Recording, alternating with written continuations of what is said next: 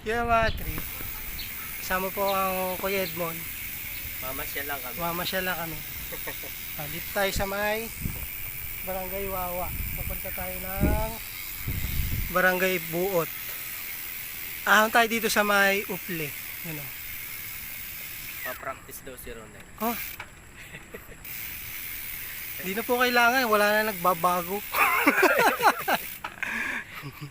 Si Kuya Edmond yan. Naghahapit ng padyak yan. Bukas padyak uli yan. Kasi next week daw ay wala mo ng padyak. May lakad. Yung mga trip, maya maya po sisimula na tayo ng ahon.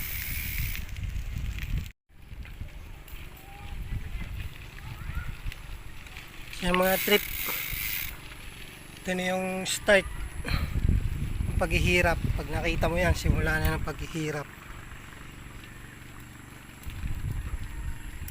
Ahon na kami ng Uple.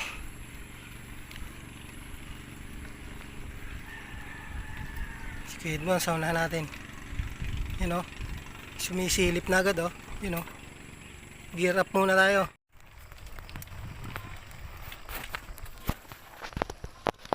Mon. So, ahon. 18.8 na agad. 90. 15 sa'yo? Oh. Ilang sa akin eh? Yan, 16.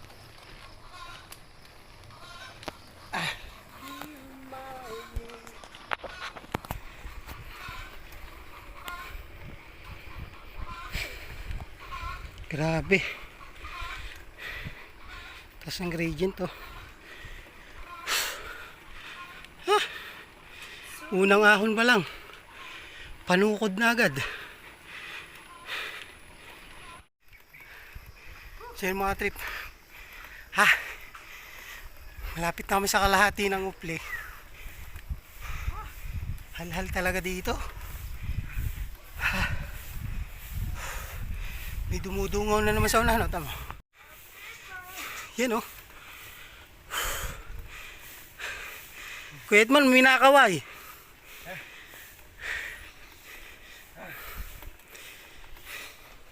Kaya pa yan.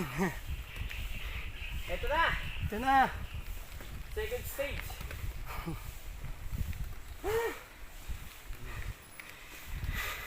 Yan, oh. Tingnan mo naman. Gano'ng kataas yan. Hindi ko na kayaan dito. Kailangan ko lang mag-rig. Yung balikan natin si Kuya Edmond. Pero hindi na ako nakapag-video doon. Napakatarik talaga ng Uple. Yan, so unahan na natin siya.